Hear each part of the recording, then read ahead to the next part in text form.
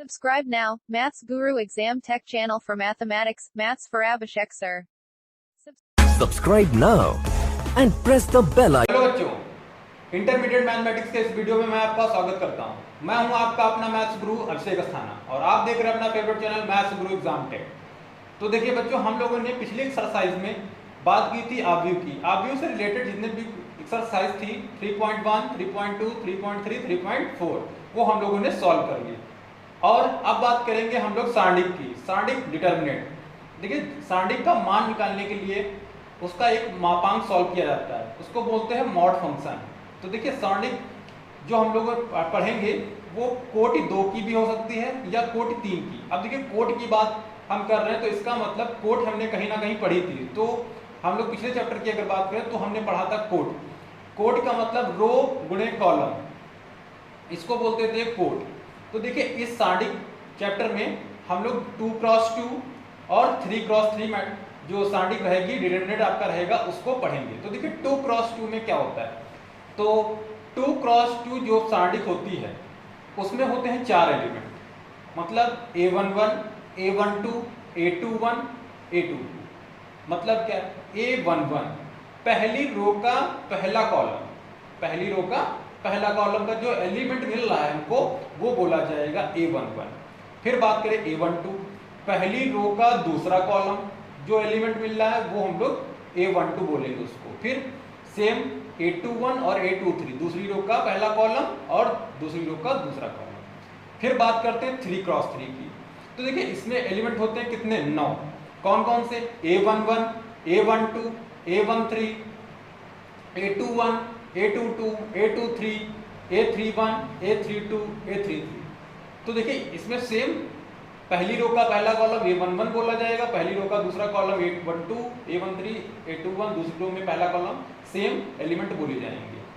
ठीक है, तो इसमें देखिए डायरेक्टली मॉड फंक्शन सॉल्व करने के लिए, इसका सारणिक का मान निकालने के लिए मॉड फंक्शन किसी पर्टिकुलर एलिमेंट से पूछेगा, आपसे कहेगा कि आप a23 से मॉड फंक्शन सॉल्व करिए।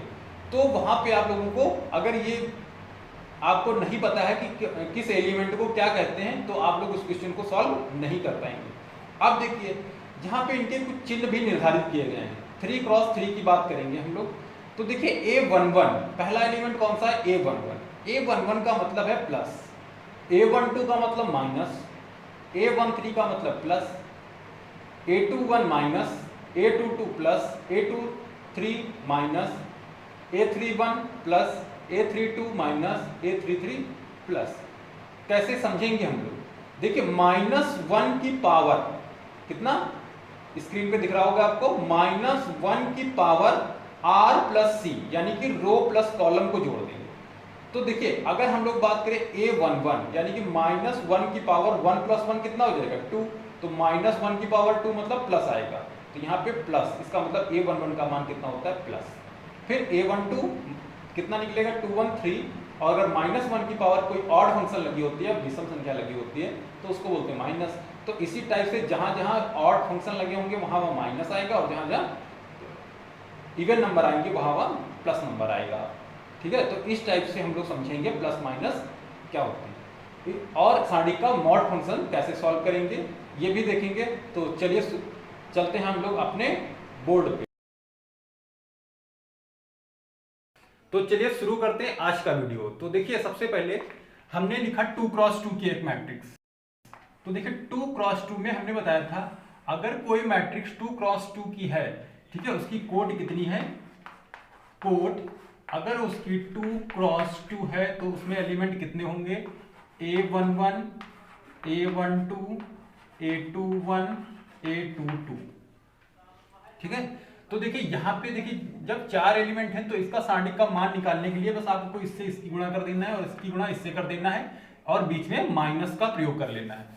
ठीक है, तो इस टाइप से इसका मान निकाल सकते हैं। अब देखिए कोट अगर हम लोगों की कोई दी है सारणिक की 3x3 में, ठीक, क्योंकि आप लोगों के सिलेबस में कोट 3 तक ही दिया रहेगा। अब देखिए इसमें एलिमेंट कितने होते हैं, a11, a12, a13, a21, a22, a23, a31, a32, A3 3। अब देखिए इसमें इतने एलिमेंट होते हैं, तो इसमें मान निकालने के लिए पहला एलिमेंट लेते हैं, तो उस रो और उस कॉलम को छोड़ देते हैं। तो देखिए इसमें R1 ये है, R2 R3 ये है कॉलम 1, कॉलम 2 और कॉलम 3। तो देखिए पहली रो का पहले कॉलम का पहला एलिमेंट A11 बोला जाएगा, फिर दूसरा कॉलम पहली रो का A12, और देखिए इसको व्यक्त करने के लिए ARC, इसका ये मॉडल होता है, ठीक है। RC का मतलब हो गया पहले रो और बाद में कॉलम को काउंट किया जाता है। तो देखिए अब देखिए प्लस माइनस, एक हमने आव्यूह लिखी, सॉरी सार्डिक लिखा हमने, plus minus plus minus plus minus plus minus plus. अब आप लोग कंफ्यूज होंगे कि ये प्लस माइनस कहाँ से हमने लिख दिए। अब देखिए प्लस माइनस जिसकी हम लोगों ने अभी स्टार्टिंग में बात की थी कि प्लस माइनस कहाँ से बन के आते हैं, तो देखिए -1 की पावर RC, मतलब हमने बताया था 1 + 1 जोड़ेंगे कितना आएगा इसका 2, और -1 की 2 की जो करेंगे तो प्लस हो जाता है, इसका मतलब पहले एलिमेंट में कितना निकलेगा प्लस। ऐसे दूसरे एलिमेंट में कितना निकलेगा, -1 की पावर कितना आएगा, इसको जो जोड़ेंगे A12 को 3 आएगा। देखिए यहाँ से कितना निकलेगा माइनस। इसी टाइप से -1 की पावर ये कितना बनेगा 4, तो यहाँ कितना बनेगा प्लस। फिर यहाँ कितना बनेगा -1 की पावर 3, यहाँ कितना बन जाएगा माइनस। यहाँ कितना बनेगा -1 की पावर 2 to 4, 4 मतलब प्लस। यहाँ कितना बनेगा -1 की पावर 5, इसका मतलब माइनस। और यहाँ पे कितना बनेगा -1 की पावर 4 इक्वल टू प्लस। यहाँ बनेगा -1 की पावर 5 इक्वल टू माइनस, और यहाँ बनेगा -1 की पावर 6 इक्वल टू प्लस, ठीक है। तभी हम लोगों ने इसको अल्टरनेट चिन्ह में लिख दिया था, plus minus plus minus plus minus plus minus plus.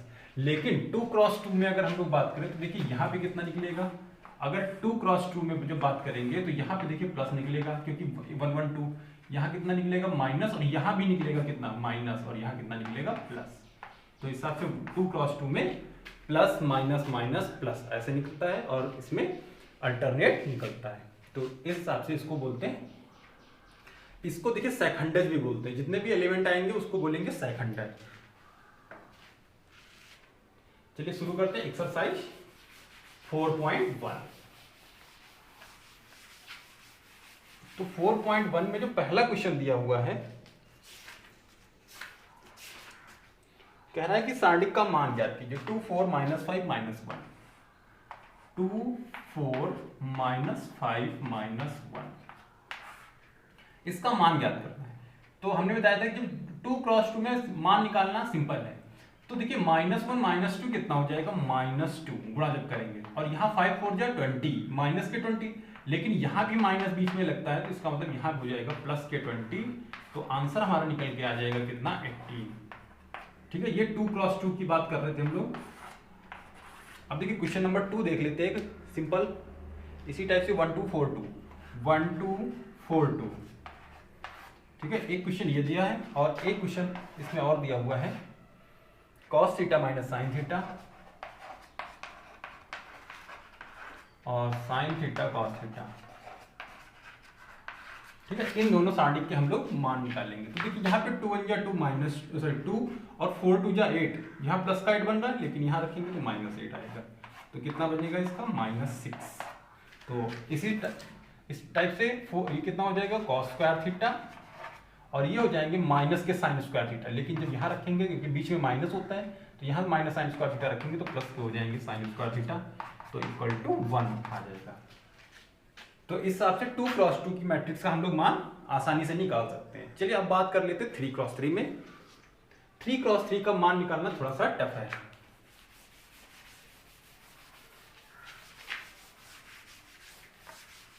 तो हमने कोई एक क्वेश्चन लिखा है 3 -1 -2 3 -1 -2 0 0 -1 0 0 -1 3 -5 0 3 -5 0। अब देखिए इसका मान कैसे निकालेंगे, क्वेश्चन नंबर 5 है ये। तो देखिए सबसे पहले एलिमेंट हम लोग लेंगे 1 1 A11 का। जब 3 लेंगे तो एक चीज देखिए 3 में पूरा का पूरा ही कॉलम छूट जाएगा और पूरी की पूरी रो छूट जाएगी, तो हमारे एलिमेंट निकल के कुछ इस हिसाब से ये आ जाएंगे, ये चारों एलिमेंट आ जाएंगे। तो देखिए इनकी जब गुणा करेंगे तो ये तो हो जाएगा 0 और 5 × 5 +5, लेकिन यहाँ हो जाएगा -5। फिर देखिए हमने ये चीज होता है प्लस का, फिर ये माइनस का, फिर ये प्लस का, तो ये वाला एलिमेंट किसका लेना है, माइनस का। लेकिन जब माइनस का एलिमेंट लेंगे तो यहाँ -1 भी है, तो यहाँ रखेंगे तो +1 हो जाएंगे और पूरा का पूरा रो कॉलम 2 और रो 1 ही छूटेगी। ठीक है, कॉलम 2 पूरा छूट जाएगा और रो 1 ही छूटेगी। तो इस अब देखिए अब गुणा किसकी होगी, कॉलम 2 को छोड़ देंगे तो 0 का 0 के साथ 0 और यहाँ 3 बन जा 3 -3, यहाँ रखेंगे तो +3।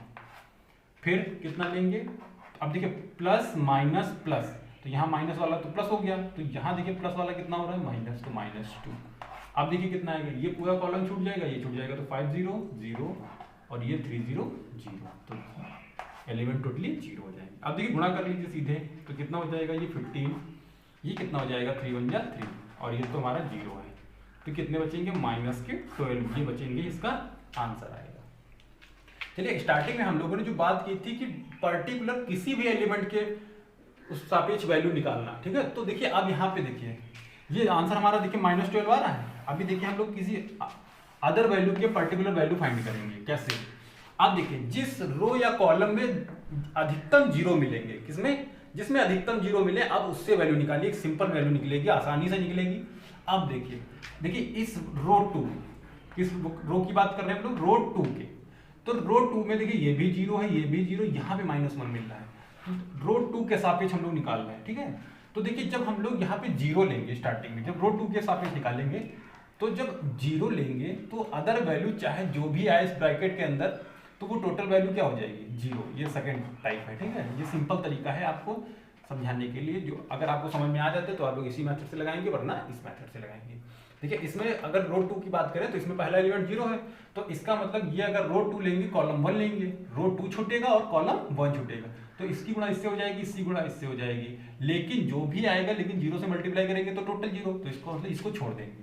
फिर देखिए अगला एलिमेंट किसका लेना है, ये था प्लस माइनस प्लस और ये था माइनस का, तो माइनस से स्टार्टिंग करेंगे। फिर ये किसका है, प्लस का है। अब देखिए जब ये लेंगे वैल्यू 0 वाली, तो फिर इसके अंदर ये 0 कर देगा, क्योंकि अब ये कॉलम 2 छूटेगा और ये छूटेगा, तो इसकी गुणा इससे होगी, इसकी गुणा इससे होगी, तो -6 + 6 चाहे जो भी है, लेकिन जब बाहर ब्रैकेट के 0 है तो टोटली 0 कर देगा। तो ऐसे एलिमेंट को पहली बार लिखते ही नहीं है, अब लेकिन समझाने के लिए हमने लिख दिया। तो ये माइनस था, ये प्लस था, क्योंकि देखिए प्लस माइनस यहाँ से स्टार्टिंग थी तो माइनस से स्टार्ट था, तो माइनस प्लस माइनस, ये माइनस में जब लेंगे तो यहाँ कितना हो जाएगा, +1। ठीक है, और जब +1 ही हो जाएंगे तो इसका मतलब ये पूरा का छूट जाएगा और ये छूट जाएगा, तो ये कितने हो जाएंगे, 5 × 15, कितना हो जाएगा, -15।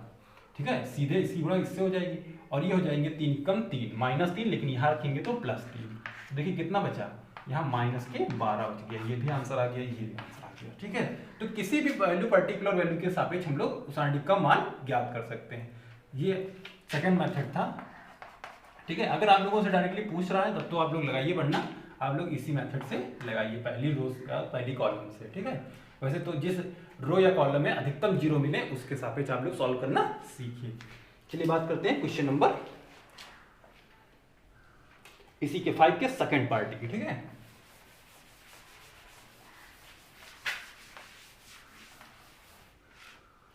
क्वेश्चन नंबर 5 का सेकंड पार्ट कहता है 3 - 4 5, 3 - 4 5 और दिया हुआ है 1 1 - 2 2 3 1 2 3 1। अब देखिए 3 के सापेक्ष खोलेंगे हम लोग। ठीक है, क्योंकि इसमें अधिकतम 0 किसी भी रो या कॉलम में नहीं मिल रहे हैं, तो जब 3 लिया हमने तो ये पूरा कॉलम छूट गया और पहली पूरी रो छूट गई, तो 1 1 जा 1 और 3 2 जा 6, -6 हुए, लेकिन यहाँ रखेंगे तो प्लस के 6। ठीक है, अब एलिमेंट किसका लिया जाएगा, यहाँ माइनस का, लेकिन 4 किसके हैं, माइनस के, तो जब यहाँ रखेंगे तो प्लस के 4 हो जाएंगे। अब ये रो कॉलम 2 छूट गया और रो 1 छूट गई, तो 1 1 जा 1 और 2 2 जा 4, -4 हुआ, लेकिन यहाँ रखेंगे तो +4। फिर देखिए यहाँ कितना आएगा, +5। जब +5 आएगा तो इसको छोड़ देंगे और रो 1 को छोड़ देंगे, तो देखिए यहाँ 3 1 जा 3 और ये हो जाएंगे 2 × 2 -2, ठीक है, क्योंकि बीच में लगता है माइनस, यहाँ से प्लस क्या है तो यहाँ रख दिया हमने माइनस में। अभी कितने हो गए 6 और 7 और 7 यहाँ 21 होता है, 7 3 21, यहाँ हुआ 4 1 5 4 20 और यहाँ कितना बचा 1 और 1 5 5। अब टोटली ऐड कर लेंगे तो कितना हो जाएगा 6 और 4 46 वैल्यूज की आ जाएगी। तो इस हिसाब से सारणी के हम लोग मान सॉल्व कर सकते हैं। उम्मीद करता हूँ आप लोगों को समझ में आया होगा। अब देखिए किसी में प्रसार किए बिना सॉल्व करना है, तो देखिए 5 के जितने भी अब थर्ड और फोर्थ पार्ट बचे हुए हैं उनको आप लोग सॉल्व कर लेंगे, ठीक है। अब देखिए क्वेश्चन नंबर बात करते हैं 6 की, इसमें मॉड निकालना है। अच्छा, किसी भी सारणी, जैसे अभी ये सारणी ए लिखा होता है, ठीक है, और हमसे कह देता मॉड ए ज्ञात कीजिए, ठीक है, तो इसका मतलब इसका मापांक ही ज्ञात करना था, इसका मॉड फंक्शन ही ज्ञात करना था। तो क्वेश्चन नंबर 6 भी यही कह रहा है कि एक सारणी दी हुई है 1 - 2 2 1 - 3 और 4 5, उसको आप लोग सॉल्व करिए, इसमें मॉड ए का मान ज्ञात करना है, ठीक है। अब देखिए क्वेश्चन नंबर 7 की बात करते हैं।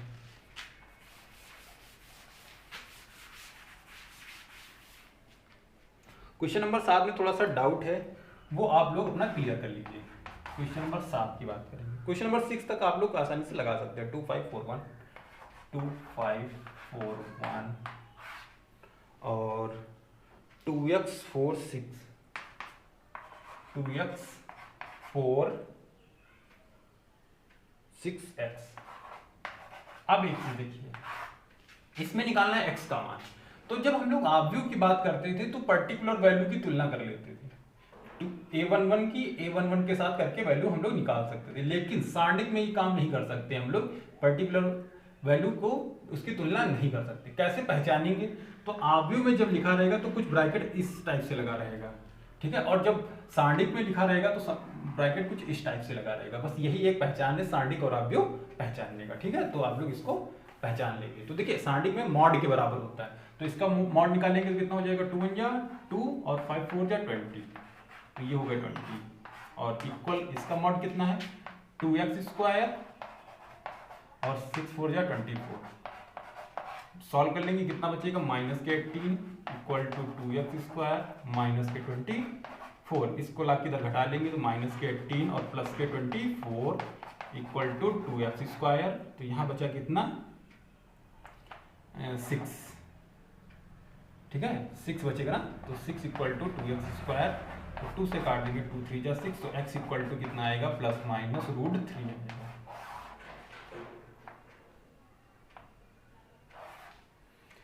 तो इस हिसाब से आंसर कितना है इसका ±√3, ठीक है। तो अब देखिए अगला क्वेश्चन, इसका सेकंड पार्ट भी क्वेश्चन नंबर 7 का लगा लेंगे। इसी टाइप से क्वेश्चन नंबर 8 भी है, सेम क्वेश्चन है, मॉड फंक्शन के बराबर रख के 8 नंबर क्वेश्चन भी लगा लेंगे। तो आप लोगों की एक्सरसाइज 4.1 कंप्लीट होती है, ठीक है।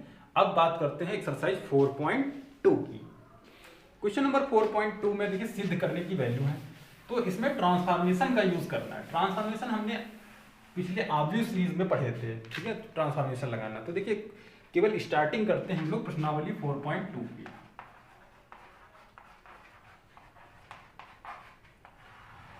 प्रश्नावली 4.2 तो कह रहा है कि सारणिकों के गुणधर्म का प्रयोग करके सिद्ध कीजिए। अब देखिए सारणी के गुणधर्म क्या होते हैं, पहला क्वेश्चन लिख लेते हैं फिर समझते हैं सारणी के गुणधर्म क्या होते हैं। x y z a b c और x + a y + b z + c prove करना है हमको इक्वल टू 0 सारणिकों के गुणधर्म से। सारणिकों के गुणधर्म का मतलब यह है कि आप किसी भी ट्रांसफॉर्मेशन का यूज करके बिना प्रसार के, मतलब मॉड फंक्शन सॉल्व किए बिना उसको 0 प्रूव करिए, या जो भी वैल्यू आपको दे रहा है वो प्रूव करिए। अब देखिए यहाँ पे इसके लिए थोड़ा सा आप लोग माइंड अपना अलग से लगाएंगे। तो देखिए यहाँ पे x + a मिल रहा है, यहाँ पे x + a मिल रहा है, तो हम लोग क्या करें कॉलम 1, क्योंकि ये कॉलम 1 है, C1 C2 और C3। अगर कॉलम 1 और 2 को जोड़ दिया जाए तो हमको x + a मिल जाएगा, तो C1 is replace by C1 + C2। इससे क्या मिलेगा, इससे मिलेगा कि C1 को x + a y + b और z + c के साथ हमने चेंज कर दिया। बाकी C2 जो है सेम लिख देंगे और जो C3 है वो भी सेम लिख देंगे। आप देखिए C1 और C3 सेम मिल रहे हैं, तो C1 is replace by C1 minus C3। जब C1 माइनस C3 करेंगे तो ये हो जाएगा 0, क्योंकि सेम वैल्यू से सेम वैल्यू घटेगी, 0 0 0, और यहाँ मिल जाएगा ABC, यहाँ x प्लस ए, y प्लस बी और z प्लस सी। अब देखिए किसी भी सारणी का कॉलम या रो अगर तीनों के तीनों उसके अवयव 0 हैं तो इसका मतलब पूरी सारणी का मान 0 हो जाता है, ठीक है, क्योंकि इसके सापेक्ष खोलेंगे तब भी 0, इसके सापेक्ष खोलेंगे तब भी 0, इसके सापेक्ष खोलेंगे तब भी 0, तो टोटली मान कितना हो जाएगा इसका 0। तो इस टाइप से हम लोग सिद्ध करने वाले क्वेश्चन को सॉल्व कर सकते हैं, अपने ट्रांसफॉर्मेशन लगा सकते हैं। आप लोग भी अपने अपने ट्रांसफॉर्मेशन लगा सकते हैं, कोई जरूरी नहीं जो ट्रांसफॉर्मेशन हमने लगाया वही आप लोग लगाएं। देखिए C3 यहाँ पे दिया है, C2 को घटा दीजिए इसमें से, C3 replace by C3 minus C2, तो A कम पड़ जाएगा इसमें से, यहाँ A कम पड़ जाएगा, यहाँ B, यहाँ C, तो यहाँ प्राप्त हो जाएगा x plus y plus z।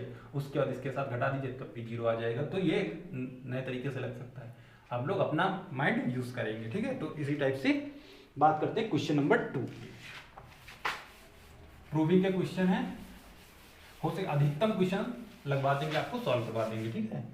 तो और वीडियो के साथ जरूर बने रहिए। a minus B, B minus C, a minus B, B minus C, C minus A, और फिर दिया हुआ है b minus C, C minus A, a minus B, फिर दिया है c minus A, a minus B,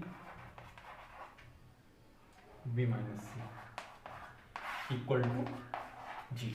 अब देखिए इसमें तो हम लोग अगर थोड़ा सा कॉमन सेंस लगाएं तो इसको एक ही ट्रांसफॉर्मेशन में 0 कर सकते हैं। R1 is replace by R1 plus R2 plus R3।